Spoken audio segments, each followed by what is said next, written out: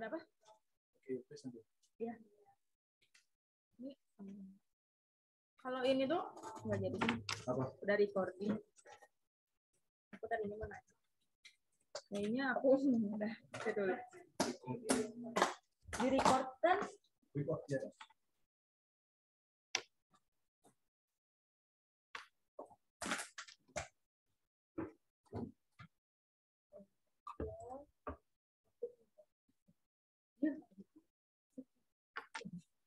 Kasihan, tapi recordnya mulainya dari jam segitu. Gimana tuh cara stop? Puasaan emak-emak dalam membeli minyak goreng kayaknya. Ya mudah-mudahan sehari 2 hari nanti ke depannya minyak goreng mulai ini lagi deh, udah mulai gampang lagi dicari. Jadi mungkin sekarang kita ini rakyat Indonesia disuruh diet dulu mah, jadi biar nggak kolesterol ya. Tensinya nggak pada tinggi-tinggi, jadi jangan ada yang digoreng-goreng dulu, direbus, dikukus bisa gitu ya. Ini kayaknya dari yang daftar belum semuanya kumpul ya Maya. Jadi sambil nunggu yang ngumpul kita tunggu 5 menit lagi ya. Jam 2 lebih 10 menit aja ya kita tunggu rekan-rekannya untuk bergabung di sini di Zoom kali ini. Nanti kalau udah jam 4 lebih 10 nanti kita langsung mulai aja acaranya. Saya mohon maaf ya Maya karena tidak tepat waktu pukul 2, jadi kita perpanjang jadi jam 2 lebih 10 menit sambil menunggu rekan-rekan yang lain bergabung di sini ya. Dan saya mohon juga untuk diaktifkan untuk videonya gitu, barangkali ada yang sempat untuk mengaktifkan, mohon diaktifkan untuk ketertiban juga ya supaya materi yang disampaikan terdengar oleh semuanya. Dan kita juga ada giveaway untuk satu orang yang beruntung ya Mak ya, untuk satu orang yang bertanya. Nanti siapa yang milihnya nanti kita nih di partisipan ini ada juri-juri yang menyeludup. Siapa yang aktif dalam seminar kali ini, siapa yang bertanya juga nanti insya Allah nanti akan ada giveaway dari kami gitu. Mohon ditunggu ya Maya. Insya Allah 5 menit lagi kita akan mulai acaranya. Terima kasih.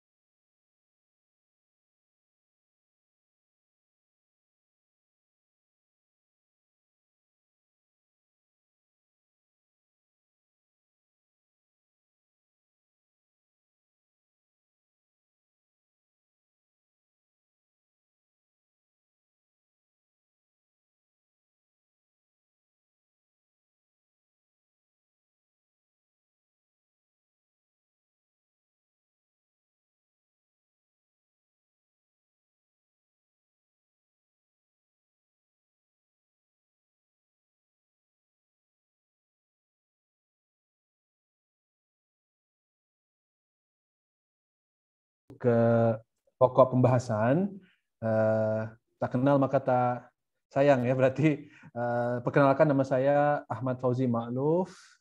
Saya adalah marketing dan sales manager di Moza Indonesia. Alhamdulillah bergabung di Moza Indonesia di akhir 2021. Ini adalah saya mengecapi pendidikan dari TK sampai SMP dan SMA di Brunei Darussalam, dan alhamdulillah lulus S1 di Universitas Komputer Indonesia. Kalau untuk riwayat kerja, saya bekerja di Brunei Darussalam, pernah menjadi assistant manager di Sate House Lumut, dan juga marketing dan development coordinator di AFT Enterprise Nerayan Berhad di Brunei Darussalam. Dan alhamdulillah sekarang saya sebagai sales dan marketing manager di PT Moza Sinergi Indonesia.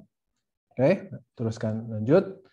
Nah, hari ini kita akan membahas apa aja nih? Nah, kita akan membahas bagaimana kita itu membangun habit atau kebiasaan yang baik.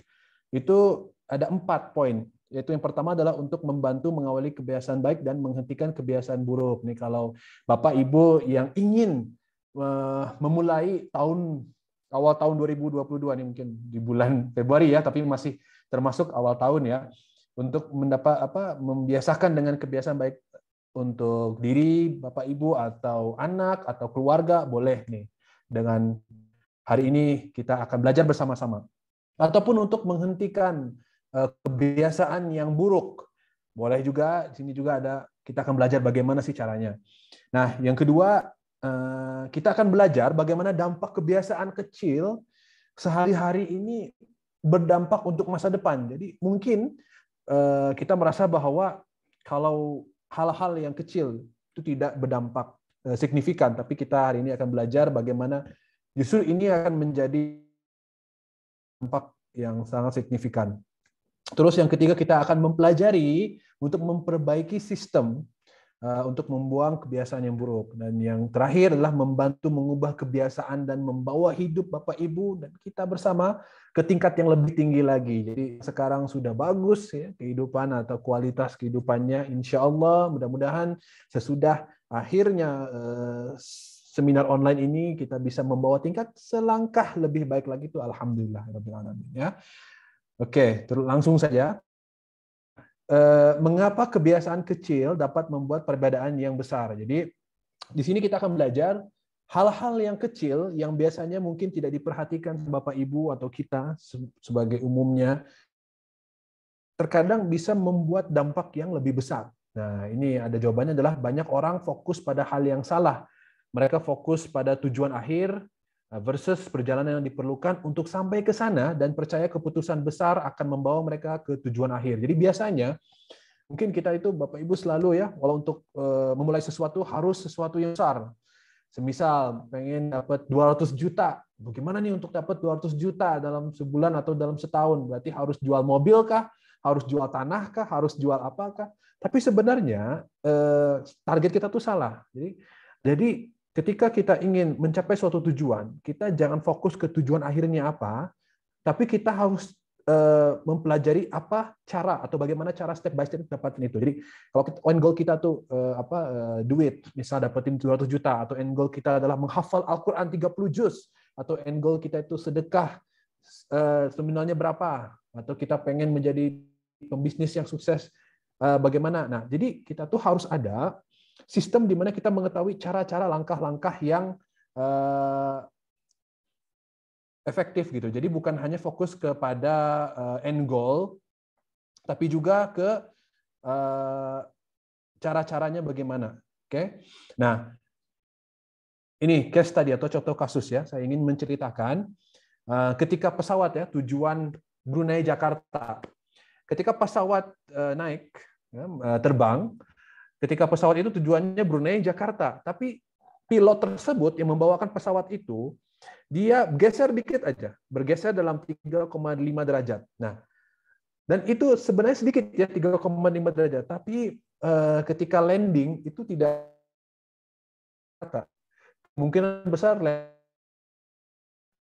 di Malaysia. Nah, ternyata perubahan sedikit ketika kita lakukan konsisten itu akan berdampak yang sangat besar. Jadi di sini dibuktikan bahwa peningkatan 1% setiap hari berarti Anda akan 37 kali lebih baik dari sebelumnya.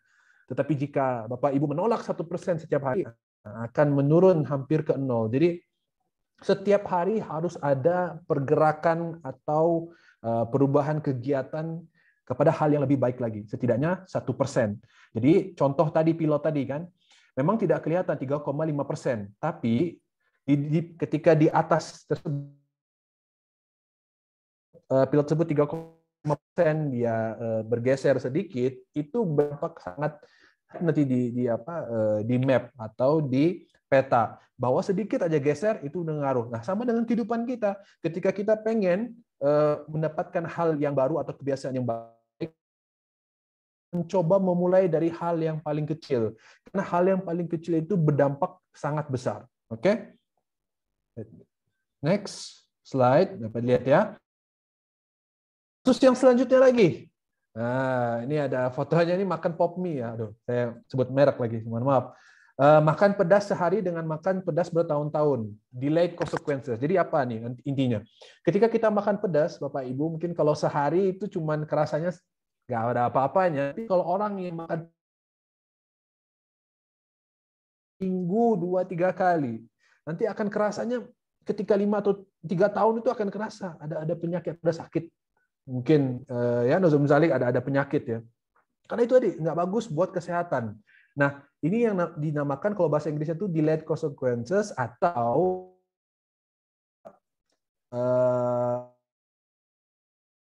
panjang yang dimana tidak kerasa sekarang. Nah, biasanya tidak melihat perubahan kecil karena dampaknya tidak langsung terlihat. Dampaknya mungkin tidak terlihat selama bulan-bulan atau bahkan bertahun-tahun, tapi hasilnya bisa sangat besar. Contohnya olahraga, contohnya mungkin zumba, ya, yoga, atau kita mau diet. Memang kalau di awal bulan-bulan atau minggu pertama nggak akan kelihatan dampaknya, nggak kurus-kurus atau nggak ada efek, tapi nanti akan terlihat ketika kita konsisten melakukan itu, akan terlihat mungkin 1 tahun atau 2 tahun. Begitu juga ada penyakit, dan itu yang dirasakan oleh banyak orang yang mungkin pola hidupnya tidak sehat atau dia tidak peduli akan dampak yang jangka panjang, ya, makan manis-manisan atau apa, dan itu dampaknya nanti, dan itu pasti dampaknya. Nah itu, jadi walaupun sedikit, tapi kalau sedikit-sedikit lama-lama jadi bukit atau jadi gunung ya. Jadi itu yang harus kita hati-hati. Next. Nah, kuncinya apa Bapak Ibu? Kuncinya adalah membuat perubahan yang kecil dalam perilaku Anda yang bila diulang-ulang akan menjadi kebiasaan yang membuahkan hasil yang besar. Jadi ketika perbuatan atau kegiatan itu kecil, walaupun kecil, tapi kalau konsisten bisa banyak. Semisal walaupun hafalin satu ayat aja, semisal 1 ayat 1 hari atau 1 ayat 1 minggu, tapi kalau dikumpulin selama 1 tahun itu bakalan menjadi 1 juz misal, atau bisa jadi banyak dibandingkan nggak sama sekali. Nah itu yang ingin disampaikan di dalam seminar ini, gitu, bahwa perubahan kecil bisa berdampak hal yang sangat besar. Itu kita harus setuju dulu ya di situ ya Bapak Ibu. Jadi jangan kita sepelekan hal yang kecil. Karena hal yang kecil itulah yang bisa berdampak di kemudian harinya. Oke. Lalu nextnya langsung ya. Bagaimana nih ya kebiasaan itu terbentuk. Jadi tadi sudah saya sampaikan bahwa kita sudah sepakati di mana kebiasaan-kebiasaan yang kecil itu akan berdampak di kemudian hari. Dan sekarang kita akan bahas langsung to the point, bagaimana kita mau memulai sesuatu itu. Jadi ada 4 key point di sini ya, sangat gampang. Proses pembentukan kebiasaan itu dapat diklasifikasikan menjadi 4 langkah, dan ini sangat gampang dan bisa dipraktekkan sehari-hari, dan dampaknya insya Allah benar-benar terasa ya, karena ini sudah teruji. Yang pertama itu ada isyarat. Jadi ketika ada ingin merubah sesuatu kebiasaan itu, yang pertama isyarat. Yang kedua adanya keinginan, yang ketiga respon, yang keempat hadiah. Nanti tenang, saya akan menjelaskan satu persatu poin ini. Dan ketika poin 4 ini Bapak Ibu dapat praktekkan. Oh, sorry. Ketika poin ini dapat sorry ya, tadi belum ada kelihatan ya. Ya. 4 ini penting dari Bapak Ibu. Isyarat, keinginan, respon, dan hadiah. Nah, nanti saya akan jelaskan, dan ini sangat simpel. Jadi kalau kita benar-benar menguasai, jadi penelitian ini tuh Bapak Ibu meneliti tentang bagaimana cara otak kita itu berfungsi dan menangkap hal-hal ini, dan kita bisa mereprogram, ya bahasa kerennya tuh, jadi mereprogram otak kita dan kebiasaan kita supaya bisa lebih baik lagi gitu. Nah, ini ada 4, isyarat, keinginan, respon, dan hadiah. Next ya. Ya langsung. Oke. Ini saya langsung jelaskan. Ini nggak kelihatan ya. Isyarat itu adalah dimulai dari suatu kebiasaan, ya Bapak Ibu. Kebiasaan itu dimulai dari isyarat. Isyarat itu bahasa Inggrisnya cue. Kebiasaan dimulai dengan isyarat atau pemicu untuk bertindak. Jadi Bapak Ibu kalau sadar nggak sadar, kalau kita ingin melakukan sesuatu itu ada sesuatu signal, ada sesuatu signal. Semisal HP bergetar, signalnya adalah kita cek HP.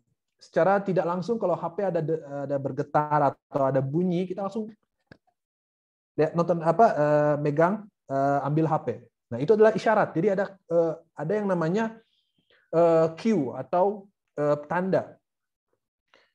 Kalau lapar makan, kan? Kalau ada bunyi-bunyi lapar makan. Terus kalau ada tahu bulat, kan langsung mau jajan. Jadi isyarat. Jadi sesuatu itu, kebiasaan itu pasti ada isyaratnya. Terus yang kedua keinginan. Nah, dari isyarat itu munculnya keinginan. Keinginan itu untuk apa? Untuk merubah suatu keadaan. Nah, jadi ketika ada isyarat, ketika ada HP berdering atau ada bunyi di HP ada bunyi-bunyi, ada keinginan untuk mengecek HP. Nah, itu ada keinginan untuk mengecek HP pastinya. Terus yang ketiga respon. Nah, ketika kita ada keinginan untuk mengecek HP, penasaran kan ada apa nih gitu kan di HP. Respon kita apa? Mengambil HP. Itu responnya. Terus yang keempat apa? Hadiah. Hadiahnya itu apa? Reward. Rewardnya itu adalah kita bisa ngecek HP.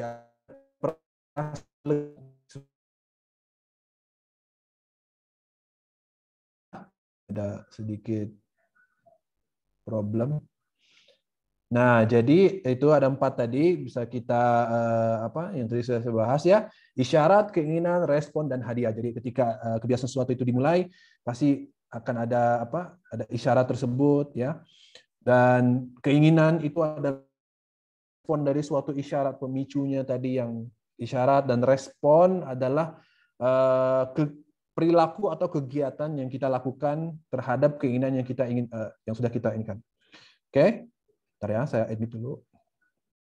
Oke. Seterusnya, contohnya. Nah, contoh yang real lagi nih. Oke, menyikat gigi di pagi hari. Jadi isyarat untuk menyikat gigi itu apa sih Bapak Ibu?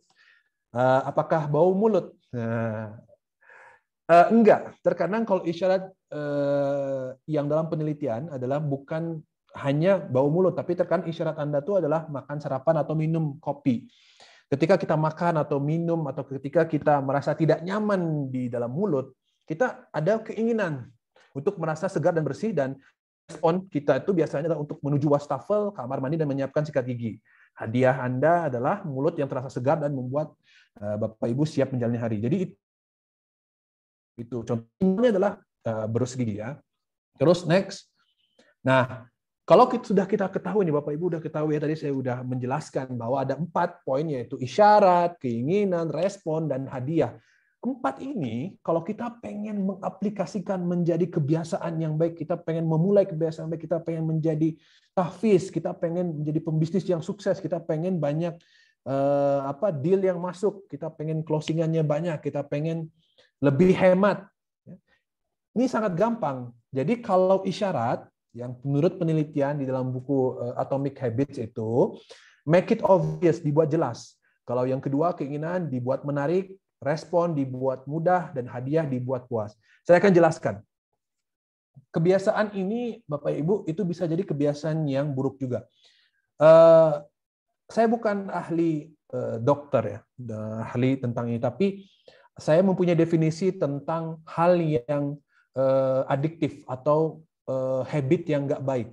Jadi ketika kita mempunyai habit yang nggak baik, atau kita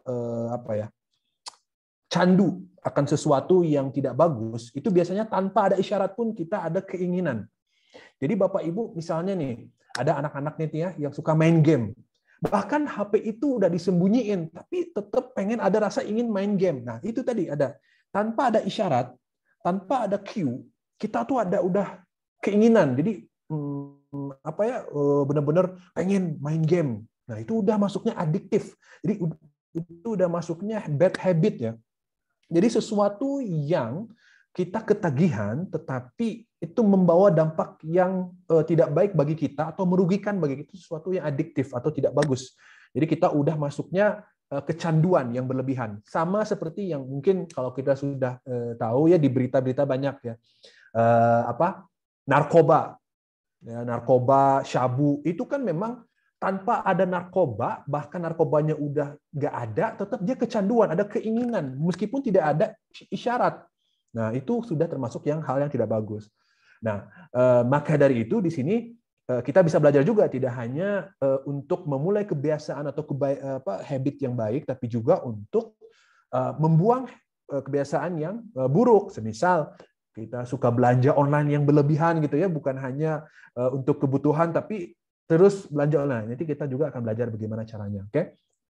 Secara simpelnya, Bapak Ibu, isyarat atau cue itu bisa diotak-atik atau bisa diprogram ketika ini adalah dibuat jelas, kalau keinginan dibuat menarik, respon dibuat mudah, hadiah dibuat puas. Nanti saya akan jelaskan satu persatu. Baik, next, make it obvious, dibuat jelas. Ini adalah untuk isyarat awal. Jadi yang saya sudah jelaskan ya, isyarat itu adalah suatu tanda di mana ketika kita melihat benda tersebut, kita otomatis harus melakukan atau otomatis tertrigger atau jadinya otomatis melakukan hal yang kita inginkan. Jadi ketika kita pengen isyarat itu ada, itu harus memanipulasi isyarat Anda untuk menerapkan kebiasaan yang lebih baik, rancang lingkungan sekitar agar mudah memicu isyarat positif. Jadi sebisa mungkin isyarat awal harus berada di pandangan kita, dalam jangkauan kita. Misal kita mau rutin ngaji setiap hari, bermakna Al-Quran ditaruhnya itu atau disimpannya jangan di tempat yang jauh atau sulit yang dicapai. Jadi Al-Quran itu harus di dekat kita. Kalau anak kita pengen kita ajarin anak kita supaya sholat tepat waktu, bermakna sejadah, ya itu cue-nya, sejadah atau sarung atau peci atau kopiahnya disimpan di tempat yang gampang untuk diakses. Nah, jadi supaya isyarat itu ada, jadi langsung ngelihat gitu. Anak itu ngelihat, oh ini waktunya azan, ada sejadah, harus ingat. Adapun kalau semisal kegiatan-kegiatan seperti ingin mengurangi, kalau kita pengen mengurangi, semisal belanja online, kita pengen mengurangi belanja online, aplikasi belanja online-nya atau marketplace-nya kita simpen di hide di tempat yang paling sulit pokoknya. Jadi supaya nggak kelihatan. Jadi ketika buka HP, marketplace-nya itu nggak di depan. Semisal ada merek apa ya, OO misalnya, atau toko Dede misalnya. Nah, jadi kita jangan simpan aplikasi itu di depan atau di tempat yang mudah untuk kita lihat, smartphone. Jadi kita simpan di tempat yang memang sulit gitu. Jadi supaya ketika kita pun mengecek smartphone kita, aplikasi itu tidak ada di ini, dan notifikasi ditutup ya, notifikasi dari ini. Kalau semisal kita pengen hidup kita untuk belanja online hal yang tidak penting itu dikurangi, itu gampang. Jadi isyaratnya itu kalau kita pengen hal kebaikan kita mulai, isyaratnya digampangin, diliatin dari diakses dengan mudah. Kalau kita ingin menjauhkan hal yang buruk, bermakna isyaratnya harus dikurangin. Jadi hal-hal yang bersifat atau memicu terhadap ini, kalau misalnya anak suka nonton YouTube, berarti HP-nya disembunyiin, jangan kelihatan. Nah, itu salah satunya. Itu isyarat ya, dibuat jelas. Oke, ada contoh kasus di sini. Ini studi contoh kasus di Amerika di sana.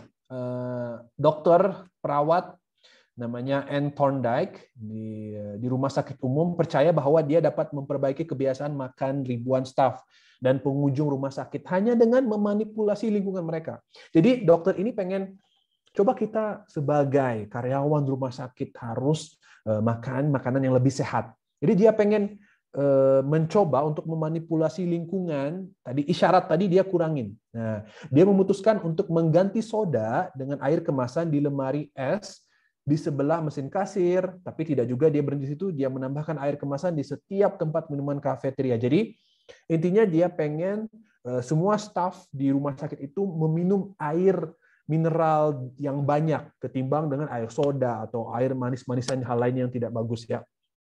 Jadi simple. Dia mengganti seluruhnya yang tadinya mungkin merek apa gitu ya, air-air soda itu gampang dilihat, sekarang nggak gampang dilihat. Ada, tapi nggak gampang dilihat. Yang dimunculkan tuh air mineral, ya, air mineral yang banyak dimunculin di tempat-tempat di rumah sakit tersebut. Hasilnya apa, Bapak Ibu? Nah, selama 3 bulan jumlah penjualan air minuman dalam kemasan meningkat 25%, sedangkan penjualan soda 11%. Sedangkan yang kita tahu, Bapak Ibu, bahwa terkadang air soda itu lebih murah dibandingkan air mineral. Sudah mah lebih murah, lebih enak, tapi dengan sesimpel menjauhkan isyarat, dibuat tidak ada gitu ya. Itu bisa menurunkan berapa persennya. Dengan membuat penyesuaian sederhana, orang membuat pilihan yang lebih sehat. Karena isyarat untuk minum air putih ternyata lebih banyak dibandingkan soda. Air mineral itu lebih banyak dibandingkan soda. Jadi orang mungkin, ya gitu di otak kita itu yang malas ya mungkin ya. Jadi ya udahlah apa aja yang ada gitu di depan mata itu ambil minum udah gitu. Atau ada itu ya udah itu beli gitu. Sedangkan air soda itu ada sebenarnya opsinya, tapi tidak jelas kelihatan dan mereka malas untuk berpikir gitu, ya. Nah, ini faktanya ya, Bapak Ibu, bahwa di manusia ini kemampuan sensorik paling kuat pada manusia adalah penglihatan kita. Jadi tubuh manusia itu hampir punya 11, Bapak Ibu, 11 juta reseptor sensorik. 11 juta. Jadi tubuh kita total semua dari ujung rambut ke ujung kaki itu 11 juta reseptor dan hampir 10 jutanya didedikasikan untuk mata. Makanya nggak salah ya kalau ada lagu ya dari mata turun ke hati atau dari matamu cinta macam-macam ya. Kalau lagu-lagu cinta itu dari mata dulu. Memang itu faktanya bahwa 10 juta reseptor di dalam tubuh kita itu 10 juta itu ada di mata, 1 juta itu di tempat lain, di tangan, mungkin di telinga, di hidung. Dengan kata lain, isyarat visual adalah salah satu motivasi tertinggi untuk perilaku. Oleh karena itu, perubahan kecil dalam apapun yang kita lihat dapat menyebabkan perubahan besar dalam apa yang kita lakukan. Jadi, Bapak Ibu dapat mulai mencoba mempraktekkan di rumahnya ya, ketika ingin anaknya atau ketika ingin Bapak Ibu juga mempunyai kebiasaan yang baik atau menghilangkan kebiasaan. Ini gampang ya, salah satu caranya itu hanya untuk isyarat visual aja kita hilangkan. Dan isyarat visual ketika kita ingin lakukan hal yang baik berarti dibanyakin. Jadi Al-Quran di mana-mana mungkin atau ayat-ayat, misalnya pengen anak hafal 30 juz bermakna, dinding-dinding rumah itu harus ada ayat-ayat suci Al-Quran, minimal ayat yang 30 juz itu ya, yang juz 30 maksudnya ya, ayat yang atau surah-surah yang pendek. Jadi biar anak itu terbiasa. Dan kalau pengen hidup lebih sehat, bermakna di depan mata atau di depan itu tuh banyak hal-hal atau makanan-makanan yang lebih sehat lagi. Oke, baik, next. Oke, Bapak Ibu dapat membuat isyarat yang diinginkan dengan mempraktekkan niat implementasi. Ini berarti bahwa ketika membuat rencana sebelumnya tentang kapan dan bagaimana Anda akan mencapai sesuatu, dapat membuat rencana, kemungkinan besar Anda akan tetap berpegang dengan pada kebiasaan Anda. Jadi ketika udah planning, saya pengen sedekah setiap hari Jumat, misal, bermakna udah disiapin dulu duitnya, duit recehnya, terus udah siapin amplopnya, dan itu gampang diakses dan dilihat. Jadi kita ingat, oh waktunya sedekah, oh waktunya mengaji, oh waktunya sholat duha, oh waktunya kita waktunya untuk berhenti ini, waktunya untuk ini. Jadi ada isyarat dan implementasi di sekeliling kita, lingkungan kita, supaya kita tahu kapan berhenti, kapan untuk memulai. Jadi itu bisa dipraktikkan ya. next-nya juga. Nah, ini next nih yang poin yang kedua, yang tentang keinginan.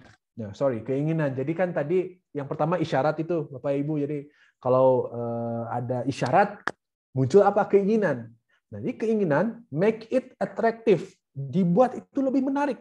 Biar ada keinginan. Jadi ketika kita pengen berubah, atau ketika kita pengen anak kita melakukan hal yang sesuatu yang baik yang sudah kita rencanakan, buatlah itu menarik. Jadi semakin menarik sesuatu, semakin besar kemungkinan kita akan mengadopsinya sebagai kebiasaan. Kalau dia tidak menarik, tidak akan dilakukan. Semisal anak kita bosan, misalnya, dia tidak akan melakukan hal yang menurut dia bosan. Jadi mungkin sekali dia bisa lakukan, tapi kesana-sana dia nggak akan lakuin lagi karena menurut dia bosan. Jadi buatlah hal tersebut itu menarik, biar ada keinginan tadi, memicu keinginan untuk melakukan hal tersebut. Nah, contohnya kayak gini nih ya. Ketika kita melakukan sesuatu yang menyenangkan, seperti makan atau bermain, otak kita melepaskan hormon yang disebut dopamin, Bapak Ibu. Jadi dopamin ini adalah hormon, nah di mana ketika dopamin ini dikeluarkan oleh tubuh kita, ini membuat kita merasa baik dan merasa ketagihan untuk melakukan hal yang tersebut. Tapi sebenarnya kita tidak harus melakukan aktivitas tersebut. Jadi otak kita ini bisa melepaskan dopamin ketika kita mengantisipasi aktivitas yang menyenangkan, seperti contohnya Hari Raya Idul Fitri. Ya, Bapak Ibu mungkin sadar momen yang dimana yang menjadi lebih menarik itu adalah terkadang H-3, H-2, H-1 Idul Fitri. Pas sebelum Lebaran, bahkan itu menjadi antisipasi kita, ini udah hype, kita udah semangat duluan. Waduh, ini udah, wah bentar lagi Hari Raya, bentar ini kita takbiran, bentar lagi kita pakai baju baru, dan itu antisipasi itu yang membuat dopamin naik. Nah, ketika dopamin naik, kita itu seneng, kita itu excited. Nah, ulang tahun kita, ya kan terkadang ketika di hari H-1 sebelum ulang tahun kita tuh udah excited banget, saya mau ulang tahun, ya ada apa nih, ada surprise, saya bisa makan sepuasnya, saya bisa dapat hadiah atau apa. Jadi itu dopamin ya. Jadi kalau kita udah tahu dopamin, cara kerja dopamin, kita bisa mereprogram cara dopamin itu keluar. Atau sebelum liburan, ya kan, biasanya kalau kita mau liburan, kan kita excited sebelum liburan. Nah, dopamin itu bekerja. Nah, ini dopamin juga bekerja, tapi di hal yang tidak baik, Bapak Ibu. Nah, misalnya orang dengan mudah menjadi kecanduan hal negatif, obat-obatan dan makanan, semua itu membuat mereka merasa nyaman di salah satu. Nah, contohnya itu seperti merokok, terus narkoba, ya. Merokok itu ada kadar nikotin itu ya, yang bikin kecanduan. Nah, kecanduan itu tuh dikarenakan dopamin. Jadi ketika mereka mengkonsumsi atau ya merokok ya, atau melakukan kegiatan minum-minum alkohol kayak gitu. Nah, ketika mereka minum, itu dopamin mereka keluar. Makanya terasa nyaman, tapi nah, jadi memang harus, kecanduan ini bahaya ya. Dopamin ini tuh bahaya. Namun kecanduan ini dapat mempengaruhi kesehatan kita dan hubungan kita. Itulah mengapa penting untuk menggunakan pengetahuan kita untuk keuntungan kita dalam hal membentuk kebiasaan sehat yang baik. Jadi, caranya itu adalah kita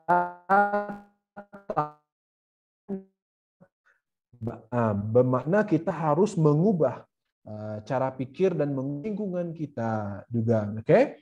Nah, jika kita membuat kebiasaan dari sesuatu yang kita inginkan, maka akan lebih mungkin untuk ditindaklanjuti. Ya. Nah, jadi semisal godaan ini bundling ya, bertujuan untuk membuat kebiasaan jadi lebih baik lagi, lebih menarik. Ini berfungsi saat Anda menautkan tindakan yang ingin Anda lakukan dengan tindakan yang ingin perlu Anda lakukan. Misalnya, contohnya, Bapak Ibu, kalau di supermarket, kan ada tuh kalau beli sabun cuci, terus ada hadiahnya piring. Atau banyak produk-produk yang sekarang itu mau kopi, minuman kopi, beli minuman kopi dapat Tupperware atau apa. Itu bundling. Jadi walaupun kita nggak suka atau kita nggak butuh sabun cuci piring yang banyak, tapi karena ada godaan bundling, karena ada hadiah yang berupa tadi piring, nah itu yang membuat kita ingin membeli. Nah, sama kayak anak-anak kita. Semisal Kalau kita kasih hadiah, nanti ayah kasih Ahmad, misalnya namanya anaknya Ahmad, kasih Ahmad hadiah, hafalin ini, nanti hadiah rutin aja nanti. Jadi mereka tuh, walaupun mereka bersemangat karena ada hadiah, tapi secara tidak langsung itu membuat mereka berkeinginan untuk menghafal karena ada rewardnya. Ada yang bukan reward, tapi lebih membuat mereka menarik. Jadi hafalan itu mereka nggak hanya melihat dari sisi bosennya, tapi lama-kelamaan itu akan menjadi diri mereka yang mereka sering menghafal. Apapun itu, jadi semisal kalau kita pengen olahraga, ya kan? Kalau pokoknya kalau beres seminggu ini full kita olahraga tiap hari 10 menit.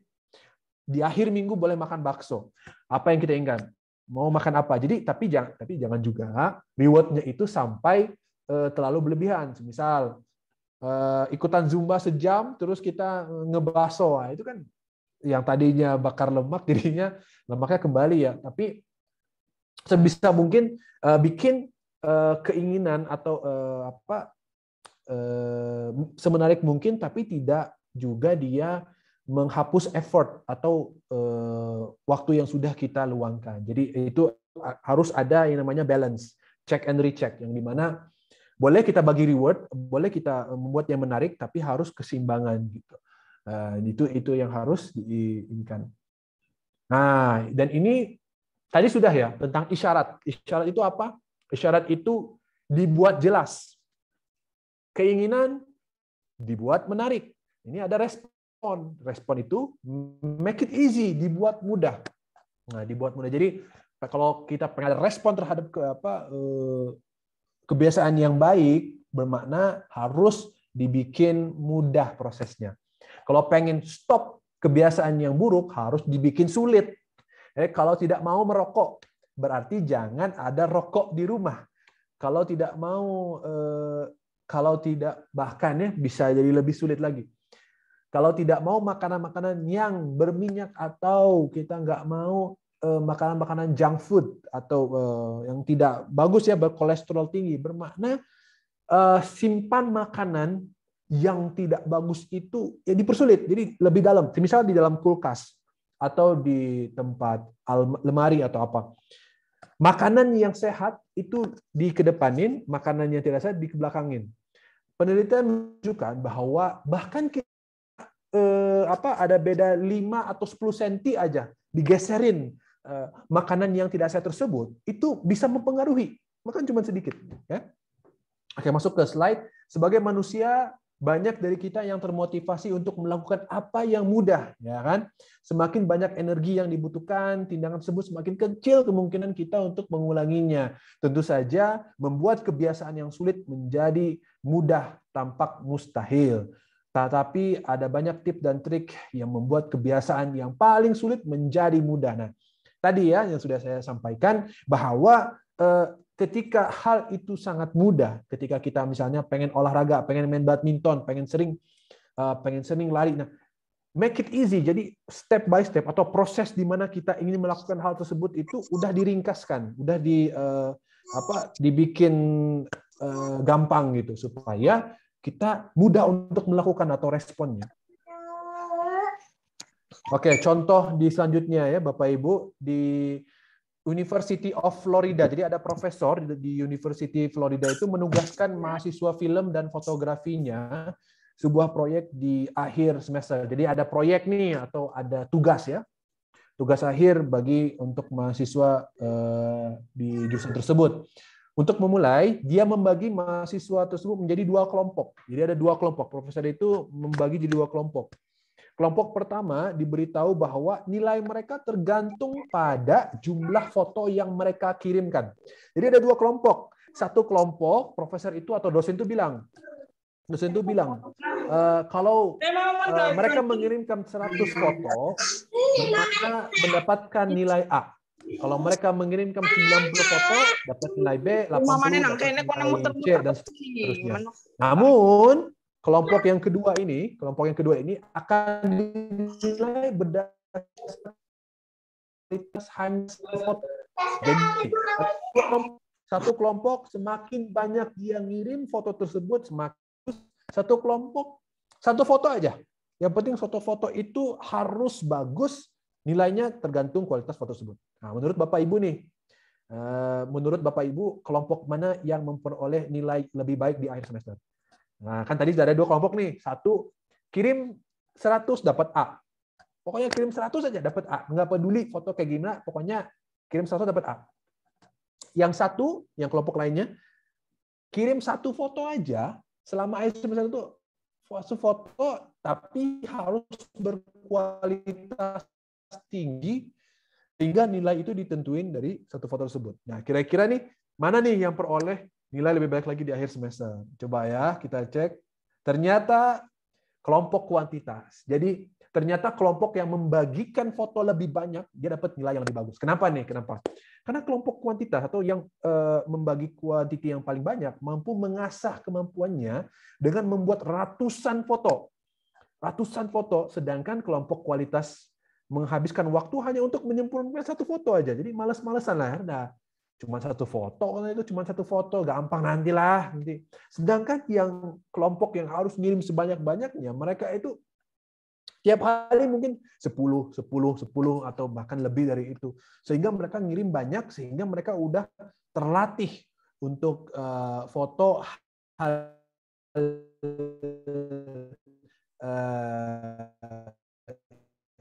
yang bagus. Dan ada kewajiban mereka untuk mengambil foto lebih dari 1. Nah, konsep ini juga bisa diterapkan pada kebiasaan kita. Seringkali orang terlalu fokus untuk menemukan pendekatan terbaik sehingga mereka tidak pernah mengambil tindakan. Semisal kita pengen pengen melakukan sesuatu. Semisal pengen olahraga, pengen nge-gym. Tapi ya Bapak Ibu biasanya pengen nge-gym itu ribet gitu ya, biasanya tuh nyari dulu pelatih mana yang bagus, terus belum beli suplemennya, belum nyari gym yang bagus. Gym ini mah nggak ada, tempat gym ini mah nggak ada kolam renangnya atau bla bla bla blanya. Jadi ribet. Terus misalnya pengen hafal 30 juz, anaknya pengen jadi hafal. Kita mau di pesantren mana ya? Pesantren mana yang harusnya ini mah kurang, misalnya ini mah terlalu mahal, ini mah terlalu murah misal. Terus ustaznya harus ustaz. Kita mau anak kita tuh hafal 30 juz, berarti ustaznya juga harus tahfiz juga berarti. Ini itu gini, terus Al-Qur'annya harus yang kayak gini. Ribet. Jadi tidak akan mulai hafalan satupun ketika proses yang kita inginkan itu berlibat-libat gitu. Kita berpikir hal yang tidak perlu kita pikirkan sebenarnya. Dan harus let it flow aja kan sebenarnya. Nah, sama kayak berbisnis juga sama. Harus kayak gini. Kalau pengen di marketplace kayak gini, harus ada desainer, harus ada CS-nya, terus belum gimana ya kita mau bikin yang ini. Just do it. Sebenarnya itu justru dengan kita overthinking itu nggak akan bikin itu mudah. Nah, oleh karena itu, ini next slide ya. Oleh karena itu kunci untuk menguasai suatu kebiasaan adalah berhenti mencemaskan seberapa kebiasaan itu akan membentuk kebiasaan baru, tapi permudah, make it easy, ya kan, permudah supaya kita dapat konsisten melakukan hal tersebut. Kalau untuk menghafal 1 juz, berarti mulai dari 1 ayat. Ketika orang katanya mau hafal 1 juz, tapi hafal 1 ayat, ya iyalah, mending hafal 1 ayat dibandingkan nggak sama sekali. Mending kita mulai dibandingkan nggak sama sekali. Makanya kan tadi di awal saya sudah menyampaikan kepada Bapak Ibu bahwa kita memulai sesuatu itu dari langkah yang paling kecil. Dan ketika langkah paling kecil itu kita lakukan berkali-kali, ratusan langkah itu akan mencapai lebih jauh ketimbang kita nggak memulainya sama sekali. Oke, ini contohnya misalnya kebiasaan berkirim kartu untuk ucapan selamat dan lain-lain ya, selama Idul Fitri apa. Merupakan kebiasaan yang baik, tetapi upaya pergi ke toko, mengambil kartu, menulis pesan, dan akhirnya mengirimkan membutuhkan proses yang panjang, membuat kita cenderung tidak melakukannya dengan membeli kartu dengan jumlah besar dan menaruhnya di rumah terlebih dahulu. Kemungkinan besar kita akan menindaklanjuti rencana tersebut. Nah, ini contohnya adalah ketika proses itu ribet, panjang, kalau misalnya kita pengen membuat hal yang baru, yang baik, tapi prosesnya panjang, tapi ribet misalnya, atau harus ini dulu, harus ke toko dulu, harus ngeblender dulu, semisal kalau pengen hal yang masakan-masakan yang baik dan sehat. Nah, kita mempermudah, jadi kita siapin di awal. Kalau nggak mau ribet sebulan itu kita siapin pada hari tersebut untuk apa ini, A, B, C, D-nya kita siapin, minimal siapin prosesnya sehingga prosesnya itu mudah, ya, mempermudah prosesnya. Kalau kita pengen olahraga bermakna siapin sepatunya di awal. Kalau kita pengen anak kita rajin sholat dan sholat tepat waktu, siapin sejadahnya di awal, siapin sarungnya di awal, siapin kopiah di awal. Mungkin akses untuk mereka sholat atau akses untuk mereka belajar itu harus dipermudah, jangan dipersulit. Kalau dipersulit ya bukan salah mereka ketika mereka itu tidak melakukan hal itu karena memang sulit. Kalau ingin kita mempermudah dan ingin kita memulai sesuatu hal yang baru, hal yang baik, harus dipermudah. Oke? Next-nya. Oke.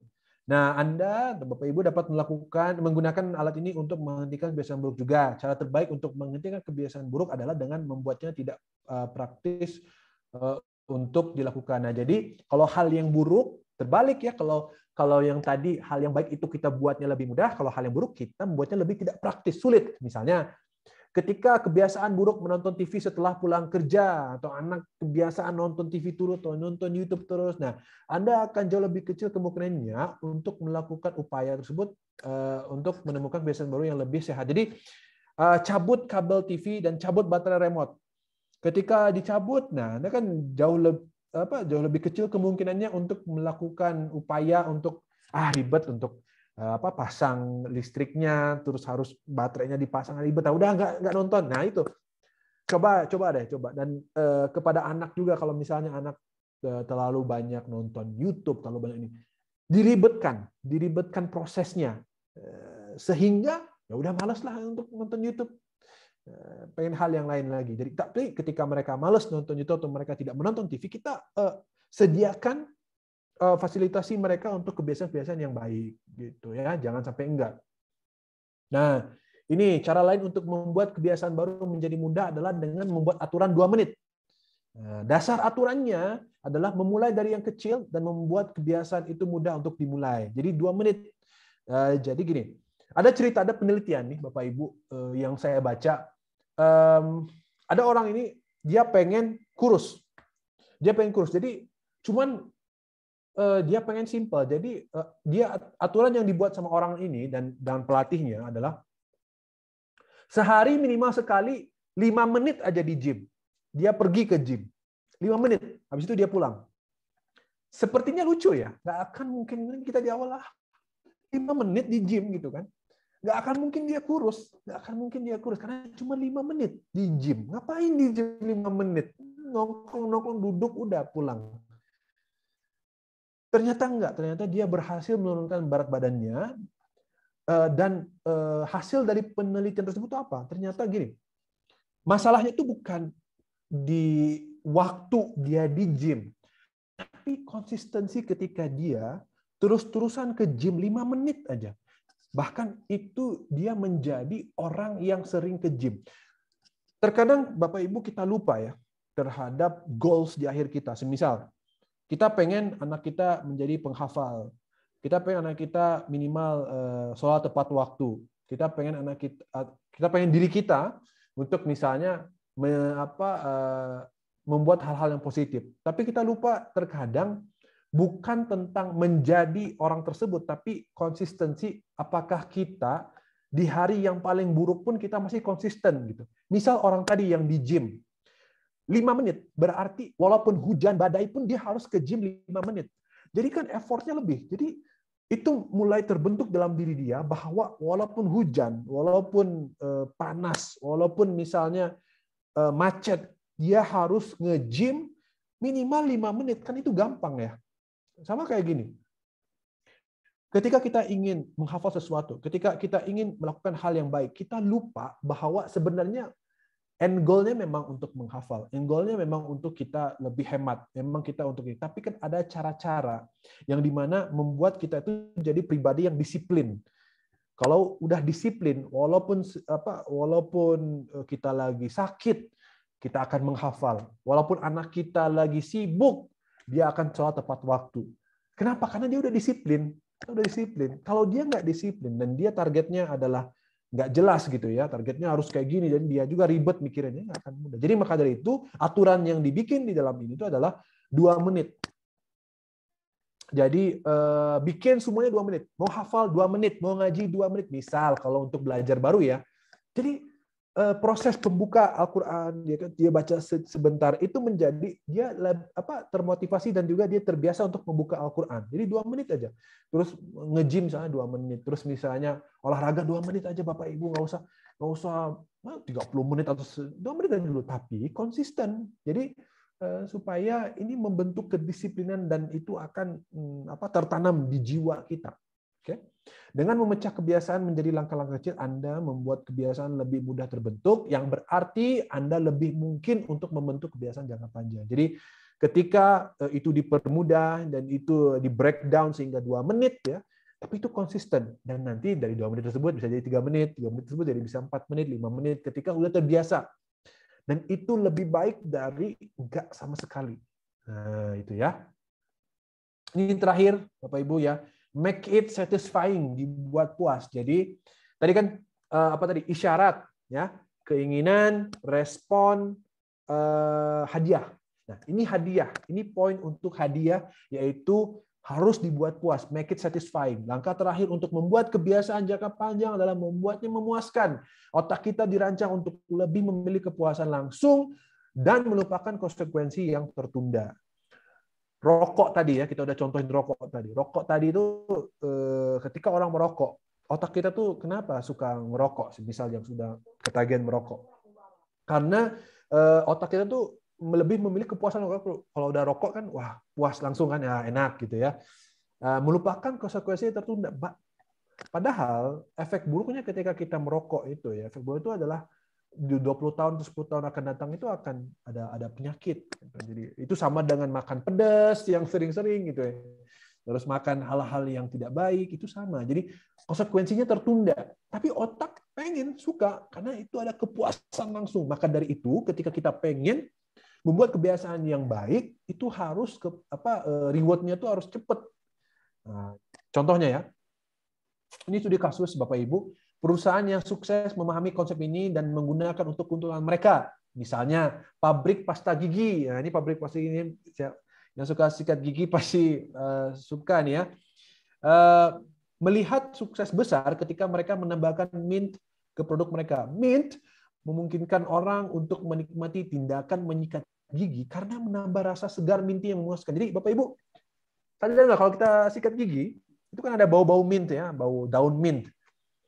Itu sebenarnya nggak ngaruh kepada kebersihan gigi. Adapun kalau rasa mint itu, daun mint itu diganti sama rasa rendang misalnya, sama aja nggak akan ngaruh dengan kebersihan gigi. Tapi rasa mint itu, daun mint itu kan berbeda ya Bapak Ibu ya. Itu ketika di dalam mulut itu merasa kayak seger, dingin, ya, dingin terus seger kayak wah kayak fresh. Padahal sebenarnya freshnya itu bukan gara-gara mint, tapi gara-gara memang kandungan di dalam obat gigi tersebut. Kandungannya memang kandungan untuk membunuh bakteri ya, dan membersihkan dan memutihkan. Nah, bermakna kan ini tuh ada rasa mint itu yang membuat kita ketagihan. Jadi kadang kita tuh gosok sikat gigi itu 3-2 kali, 5 kali ada yang ketika, karena itu rasa pengen seger gitu. Habis makan, rasa rada berminyak gitu ya, giung atau gimana, bersih gitu. Nah, kan itu nggak ngaruh sebenarnya. Sebenarnya itu hanya perasa. Jadi rasa segar sama kayak permen. Permen termasuk ya, terus ada kalau vitamin C, mungkin Bapak Ibu ya sering minum, ada vitamin C.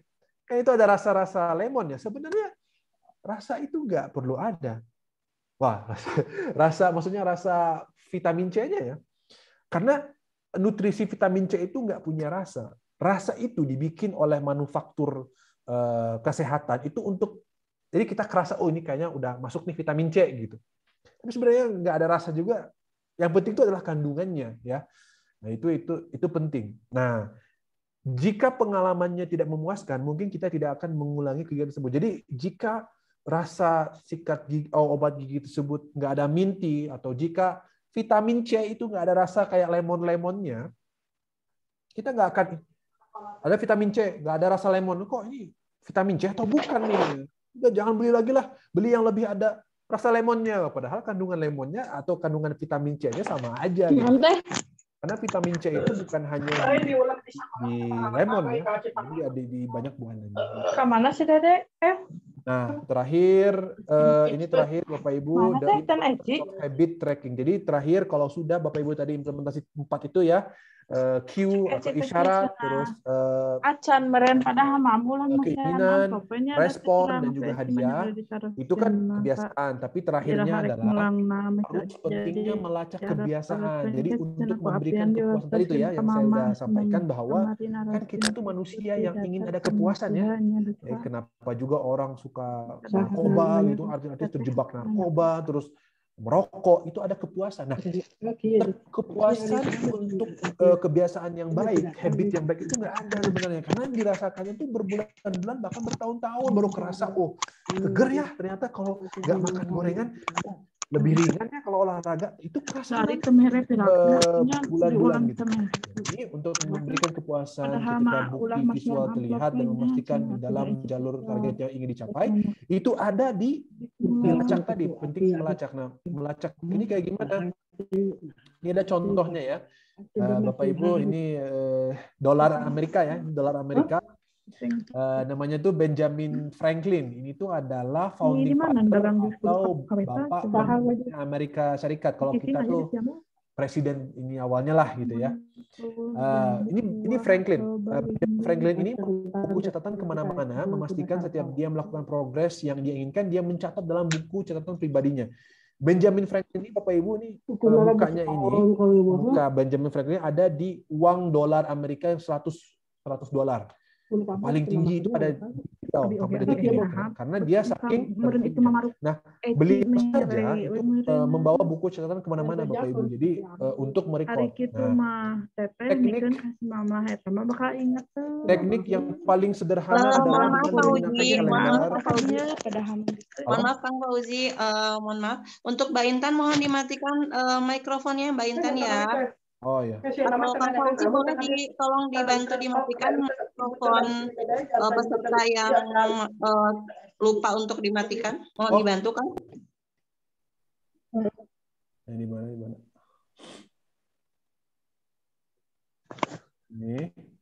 Ya, mohon dibantu ya Kang ya untuk dimatikan mikrofon peserta karena jadi nggak fokus ya ke suara Kang Fauzinya ya. Jadi oke, sudah. Terima kasih ya Kang. Ya, oh iya. Oke. Siap. Terima kasih nih. Aman ya. Oke. Nah, ini kita lanjut tadi sampai Pak Benjamin Franklin ya. Duit Amerika. Benar-benar. Oke, di duit Amerika ini, oke, teknik yang paling sederhana Bapak Ibu adalah dengan menggunakan kalender ya, dan mencoret ketika menyelesaikan kebiasaan sehari-hari. Jadi ketika Bapak Ibu itu udah beres, misalnya punya target, saya pengen menghafal 1 ayat sehari, saya pengen olahraga lah minimal 2 menit ya sehari, atau saya pengen minimal sehari ini jangan makan gorengan, atau gorengannya makan 1 kali aja, atau semisal saya pengen hidup lebih sehat. Nah, coret itu di kalender, dan ketika mencoret menyelesaikan kebiasaan sehari-hari itu diinginkannya. Ketika Anda melacak kebiasaan hari-hari menggunakan kalender, Anda akan menemukan dengan mudah mematuhi kebiasaan. Jadi secara simple kalender aja, pakai kalender yang udah ada, atau bahkan di HP Bapak Ibu ada notes ya, ada notes, tinggal di notes gitu, tanggal beres. Jadi ketika Bapak Ibu udah punya patokan di notes atau di kalender, rasanya udah sayang ya kalau udah misalnya 10 hari atau 30 hari atau bahkan ada yang udah sebulan misalnya. Punya kebiasaan yang baik dan itu rutin 2 menit lakuin. Besoknya atau hari ini kita tinggalkan. Karena kita udah progres panjang banget, perjalanan udah jauh banget, dan kalender dicatat di notes, itu sayang banget untuk dilepaskan. Maka dari itu pentingnya Bapak Ibu yang tadi ya mempraktekkan dan juga mencatat. Ya, minimal mencatat, paling simpel di kalender, paling simpel juga di notes. Dicatat juga bisa di kertas gitu kan. Dan itu ditempel. Butuh anak-anak juga. Misalnya mereka sudah misalnya sholat hari ini tentu udah sholat waktu, atau misalnya menabung.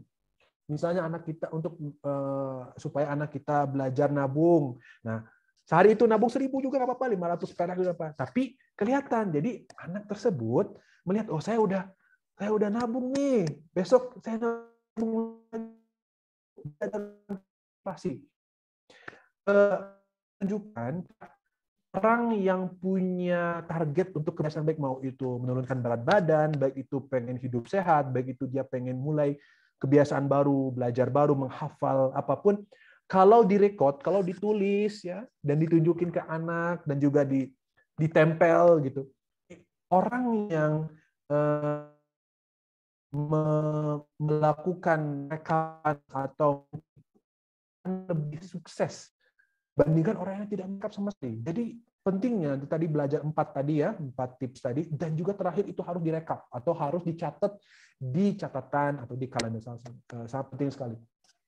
Biasanya Bapak Ibu paling gampang tuh anak-anak yang dibentuk. Jadi ketika mereka tahu, wah ini ada dicatat nih, mereka tuh sebenarnya hal yang mungkin dikit ya, tapi hal yang simpel, tapi karena kita catat, karena kita tunjukin ada ibu bikin bintang nih hari ini karena AA atau karena Dede udah apa gitu misalkan, itu mereka nanti seperti ibu besok nih saya pengen lagi atau apa, atau ketika bahkan kita lupa pun anak kita ingatkan. Jadi itu penting. Pada akhirnya hal ini adalah untuk membentuk kita menjadi orang yang kita inginkan. Ingat Bapak Ibu, dalam buku Atomic Habits ya yang saya rangkum hari ini itu adalah kita itu adalah bagaimana keputusan kita sehari-hari. Kita bukan orang pemalas kalau kita setiap harinya melakukan hal yang sedikit tapi konsisten. Kita bukan orang yang tidak sehat kalau kita mulai tiap harinya melakukan hal-hal yang juga mengarah ke sana. Karena suka tidak suka pilihan dari serangkaian kebiasaan sehari-hari. Jadi mumpung belum terlambat, mari kita biasakan dengan hal-hal yang baik pada awal tahun ini. Insya Allah sama-sama kita menjadi pribadi yang lebih baik lagi. Ini saya contoh terakhirnya Bapak Ibu supaya menutup seminar ini tentang nih LeBron James, nih atlet ya, luar biasa. Kalau Bapak Ibu ini NBA itu adalah National Basketball Association di Amerika. Jadi ini tuh atlet yang luar biasa, yang dimana LeBron James ini terkenal Bapak Ibu. Dia itu prestasinya itu selalu dia champion, menang di bawah. Dia ini memang atlet yang tidak dipungkiri lagi. Nah, dia punya habit, dia punya kebiasaan. Kebiasaannya apa? Kebiasaan LeBron James, menurut LeBron James ini ada kebiasaannya itu, dia itu tidur tiap harinya itu minimal 10 jam atau bahkan 8 jam paling kurang. Jadi tips dia, habit tips itu turn off everything. Jadi tips dia sebelum tidur, dia tutup semuanya, smartphone, terus komputer, TV, semua elektronik yang membuat dia tidak tidur atau mengganggu pikiran dia untuk ngecek tuh dia tutup semuanya setengah jam atau bahkan 45 menit sebelum dia tidur. Jadi dia banyakin tidur. Karena apa? Tidur itu baik karena untuk apa? Pertumbuhan otot dia, pertumbuhan dan kinerja dia sebagai atlet pun bagus ya. Ini LeBron James. Dia kasih tahu tips habits dia. Dan yang terakhir tips dari Khabib Nurmagomedov ya, mungkin ini terkenal di Indonesia nih ya, Khabib yang sudah pensiun ya, tapi dia sebelum pensiun memang dia UFC champion yang paling lama UFC champion, sebanyak 1077 hari dia menjadi champion dan dia tidak pernah kalah. Nah, Khabib juga kan Islam ya, Islam. Memang contoh yang sangat baik ya Khabib ini, di mana dia mengasih tahu ke kita habitnya dia itu adalah Khabib setiap hari tidak pernah miss the gym. Bahkan di bulan puasa pun dia nge-gym juga. Dia untuk berlatih semua olahraga dan otot-otot dan juga teknik dia. Jadi maka dari itu inilah yang terakhir dari Khabib. Oke, Itu lagi sekian, terima kasih Bapak Ibu dari saya, semoga bermanfaat. Mungkin langsung aja sesi tanya jawab ya, dialihkan saya ke moderator sebentar. Moderatornya mana nih, Cano nih? Ya. Sebentar ya. Oke, Assalamualaikum warahmatullahi wabarakatuh. Waalaikumsalam warahmatullahi wabarakatuh. Terima kasih Kang Fauzi atas sharingnya ya, sharing tentang strategi membangun kebiasaan baik. Alhamdulillah kita sudah mendengar semuanya pemaparan dari Kang Fauzi. Selanjutnya ini ada kurang lebih 10 menit nih untuk sesi pertanyaan sebelum nanti kita masuk ke waktu sholat asar ya Mak ya. Boleh yang mau bertanya boleh langsung masukin ke chatnya aja. Nanti kita ada giveaway untuk 1 orang yang beruntung. Nanti untuk siapa pemenangnya nanti akan langsung di chat sama admin Moza ya. Bagi pemenangnya akan di chat sama admin Moza, akan ditanyakan alamat pengiriman giveaway-nya kemana gitu. Jadi bagi yang mau bertanya silahkan di chat ya. Nanti akan dipilih sama Kang Fauzi ya. Kang boleh Kang dibantu dipilih di chat. Barangkali ada yang mau nanya. Di sini chatnya boleh tuh.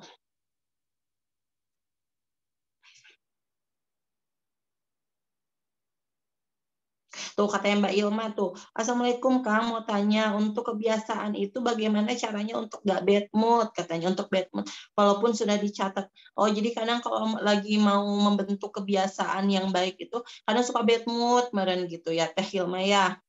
Jadi gimana sih caranya biar nggak bad mood, meren gitu ya Teh Ilma? Maksudnya, saya juga ada Mbak Nur Cahya, apakah reward untuk diri sendiri setiap bulan itu bagus untuk meningkatkan motivasi? Gitu. Oke, 3 dulu nih sama Mbak Mirna Sahibe. Bismillah Kang, terkadang kebiasaan itu sudah disusun, kadang di tengah jalan mandeg. Oke. Terus, mungkin gimana caranya biar nggak mandeg, meren gitu ya, Mbak Mir. Oh ya, gimana caranya biar nggak mandeg, cina gitu Kang. Sok, dijawab dulu Kang, boleh. Oke, yang pertama ya, yang tentang kebiasaan, bagaimana cara untuk bad mood. Biar mengatasi bad mood mengatasi bad mood dalam menyusun kebiasaan baik, walaupun udah dicatat. Nah, tadi pentingnya ketika kita bad mood itu kita harus tahu ya di awal tadi apa yang membuat kita bad mood atau apa yang membuat kita good mood. Dalam arti kata bad moodnya itu apa dulu? Kebiasaan. Berarti harus ketika kita tahu bad mood kita apa dan good mood kita apa, berarti good moodnya itu akan menjadi reward terhadap kebiasaan kita yang tadinya bad mood karena kebiasaan baru yang kita nggak suka atau tidak ingin dilakukan karena bad mood, bosen atau gitu-gitu aja gitu. Nah, coba Mbak ini Mbak Ilma, coba Mbak Ilma cari tahu juga apa yang bikin Mbak Ilma itu good mood. Karena memang susah ya kalau kita berhadapan dengan hal yang tidak kita sukai. Tapi juga kita punya hal yang tidak kita sukai juga. Jadi ketika hal yang tidak kita sukai dan hal yang kita sukai itu berarti reward-nya harus lebih besar dan reward-nya itu harus yang kita inginkan lebih dari hal yang membuat kita bad mood.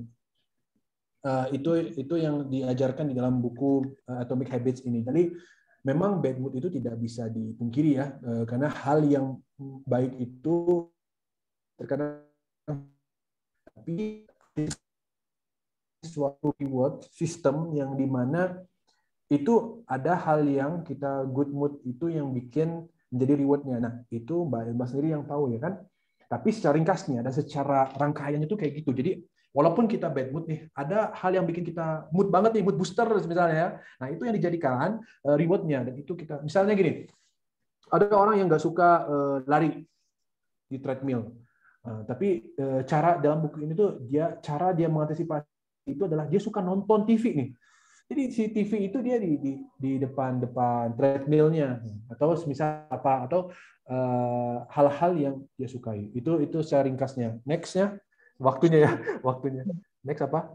Apakah reward untuk diri sendiri setiap bulan itu bagus atau untuk meningkatkan motivasi, Kang? Sangat bagus, bahkan reward setiap minggu atau setiap kegiatan itu boleh disesuaikan. Tapi kalau memang reward-nya itu semisal untuk membutuhkan duit ya, dana, memang setiap bulan ya nggak apa-apa. Tapi kalau rewardnya bukan dana atau semisal rewardnya adalah untuk menonton sesuatu TV kah, film atau apa, bisa setiap minggu juga, asalkan progres kita itu ada progres. Jadi kalau rewardnya besar, bermakna progresnya harus dibanyakin, Bu Nur ya, Bu Nur. Jadi kalau rewardnya besar, misalnya rewardnya beli apa, atau rewardnya saya pengen makan yang apa gitu misalnya, berarti progresnya harus banyak. Jadi supaya kita tahu, kita tambahkan progres, nggak apa-apa ada reward, itu bagus. Next, Bu Mirna ya. Ya Bu Mirna mungkin mirip-mirip sama Mbak Ilma ya ini. Gimana? Kadang kebiasaan itu sudah disusun, kadang ya, kadang di tengah mandek. Nah ini mandek ini, Bu Irma, bisa di 2 menitnya, di make it easy itu. Kalau mandek itu bisa banyak hal, tapi untuk dalam buku ini tuh untuk membuat tidak mandek, coba di-review lagi deh kebiasaannya. Apakah kurang gampang?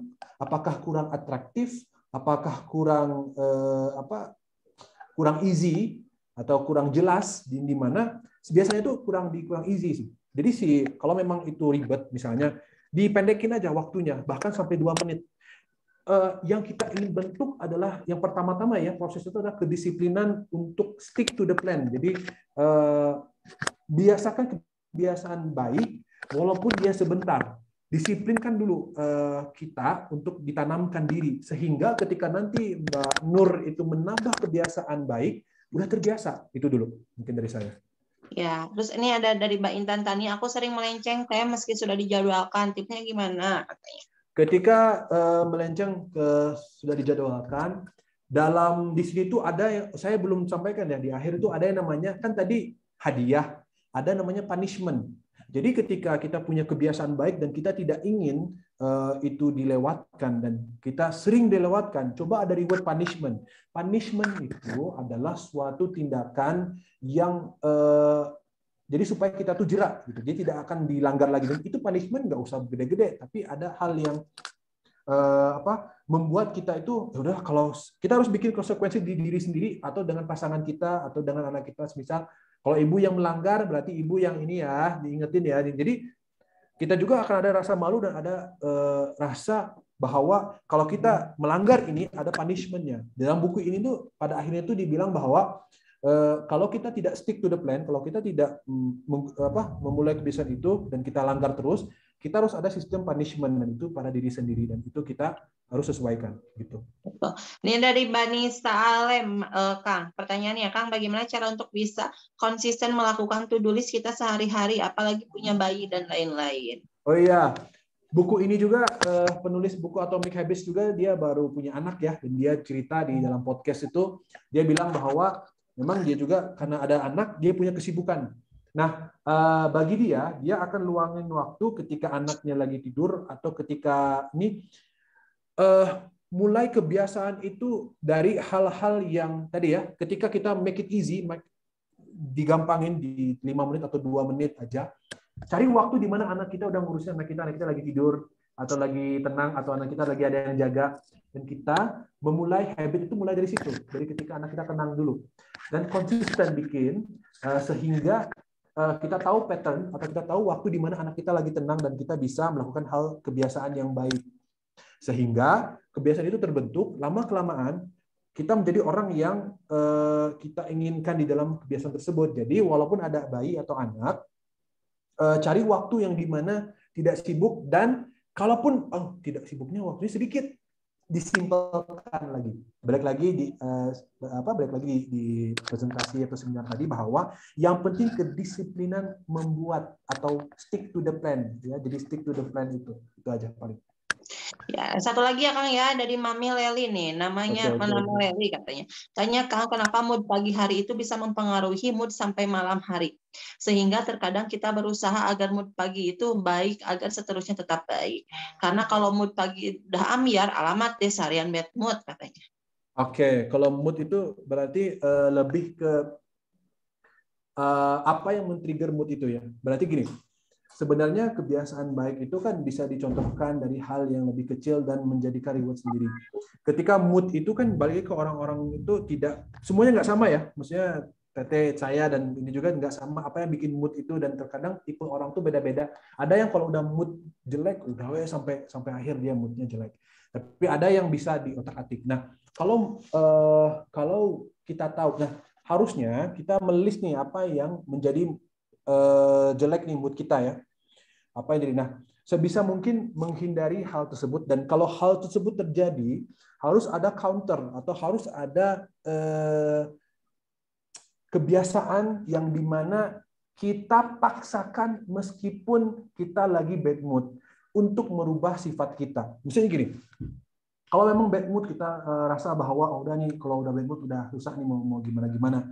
Tapi kita harus ada konsekuensi perjanjian pada diri karena kita nggak mau jadi orang itu lagi gitu. Mau itu bad mood, mau itu malas ya sama ya, bad mood dan malas. Jadi dalam arti kata, tapi kita harus keluar dari zona tersebut mau nggak mau. Minimalisir hal yang membuat bad mood yang satu, terus yang kedua bikin kebiasaan yang dimana ketika kita bad mood ada antisipasi untuk kebiasaan baik untuk mengantisipasi bad mood tersebut. Minimal lakukan hal yang penting dulu dan hal yang bisa kita kontrol gitu teh. Paling itu aja nih udah waktunya. Betul. Ya, Aduh, ini pertanyaan masih ada nih, tapi sayang sekali ya Kang ya, waktunya udah mau asyar. Kalau di sini udah baru asyar ya Kang ya. Iya betul teh, ini udah mau asar. Iya, kalau tadi Kang Oji ini referensinya itu dari buku apa Kang? Atomic Habits dari James Clear. Boleh ya Maya, ada juga online-nya itu di Google boleh dicari itu Atomic Habit ya, atau bisa juga dibeli ya Maya bukunya untuk memotivasi barangkali ingin benar-benar merubah kebiasaan buruk menjadi kebiasaan baik gitu ya Kang ya.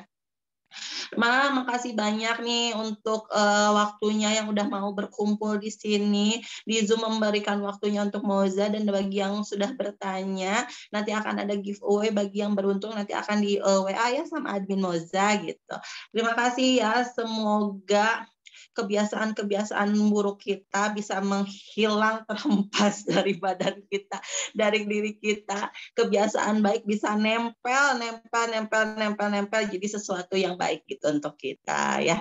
Mudah-mudahan dimulai dari hari ini ya Maya, bismillah hari esok harus lebih baik lagi dari hari sekarang. Hari esok kebiasaan buruk sedikit demi sedikit harus terhempas dari badan kita. Insya Allah mulai besok kita harus menerapkan sesuatu yang baik supaya apapun yang terjadi diri kita yang baik-baik gitu, karena apa yang dilakukan kita juga yang terbaik insya Allah.